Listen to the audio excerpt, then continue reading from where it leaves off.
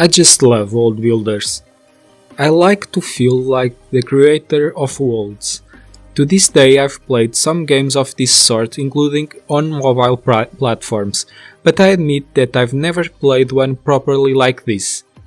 I'm so programmed to build a city, survive cataclysms, create a society that I cannot even remember that just by changing the skin I can truly play the role of a god. Equilinox gives us the opportunity to make tons of living beings and evolve from the simple grass to the magnificent bear. Since you are here, why not give a like, a comment, or even better, a subscribe to a small channel like mine? It would be a massive help. Thank you so much. As I've said, Equilinox is a relaxing simulator of world creation, term here applied literally. There is not really a story behind it, you just have to create and give some touches in the ecosystem not to spoil the balance of the species. Graphically, it seems that I can back to the time of my Sega Saturn with polygonal graphics everywhere, something that turns out quite well, except some of the plants, flowers and even trees that become difficult to the eye to distinguish. Some only in the embryonic phase, others during all their lifetime, and in general the palette of colors is exemplary, with each ecosystem acquiring its own color, something that lends an amazing beauty that each ecosystem begins to approach each other and the colors begin to join and mix together. The music is always very relaxing, all the soundtrack.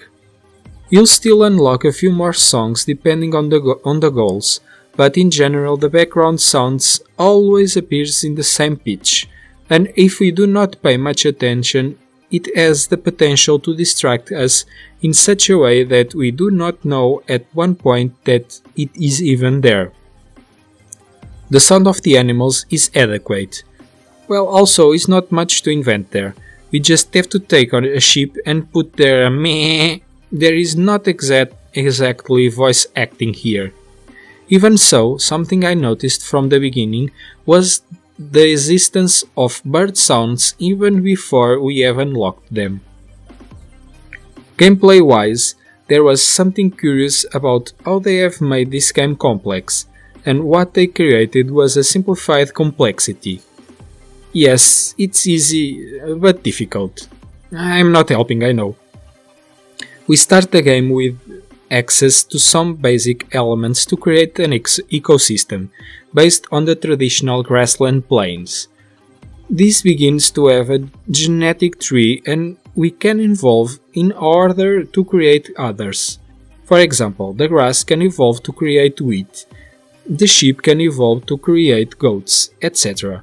In order to have this evolution, the elements have to fulfill some criteria, like being of a certain color, being in a certain ecosystem, being happy. If it does not fulfill one of these criteria, we have to work for it to fulfill it. Like try that the descendancy already comes with the right color, change it to another ecosystem, work on the ecosystem to make it happier. Meeting all these requirements, we still have to join the money, represented here by diversity points, which we get for every living being we have and we have assigned at every minute. It often seems to me that I was completely stuck.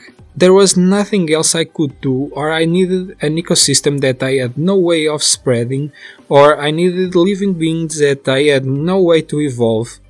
But as if by magic, there was one more objective which unlocked the dynamo for a new ecosystem and opened the door for me to a few more living beings. In that aspect, the game is very scripted. On the one hand, you can aesthetically do whatever you want, but in practice you will end up always following the same steps. This cuts off a lot of replay value. You can also control the animals, even though controls are bad, which is particularly useful when they are angry and they are dying within 2 steps from the food, apparently without the ability to see it. Incidentally, this is for me one of the biggest problems of the game. The animals are stupid. Even with nearby food, they rarely give more than half a dozen of steps to look for it.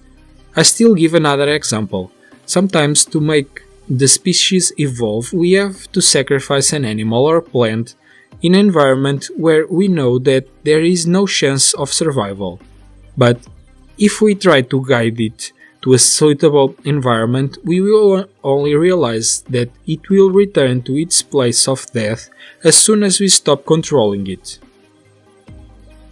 There is also the option of following a particular animal, which I did when I was developing some evolution. We follow his routines, we see what he eats and how he plays, then he dies, and we are sad. I do not recommend it.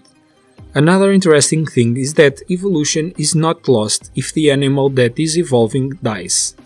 We can simply pick up on another that meets the criteria and restart from the point where it stopped without any extra cost.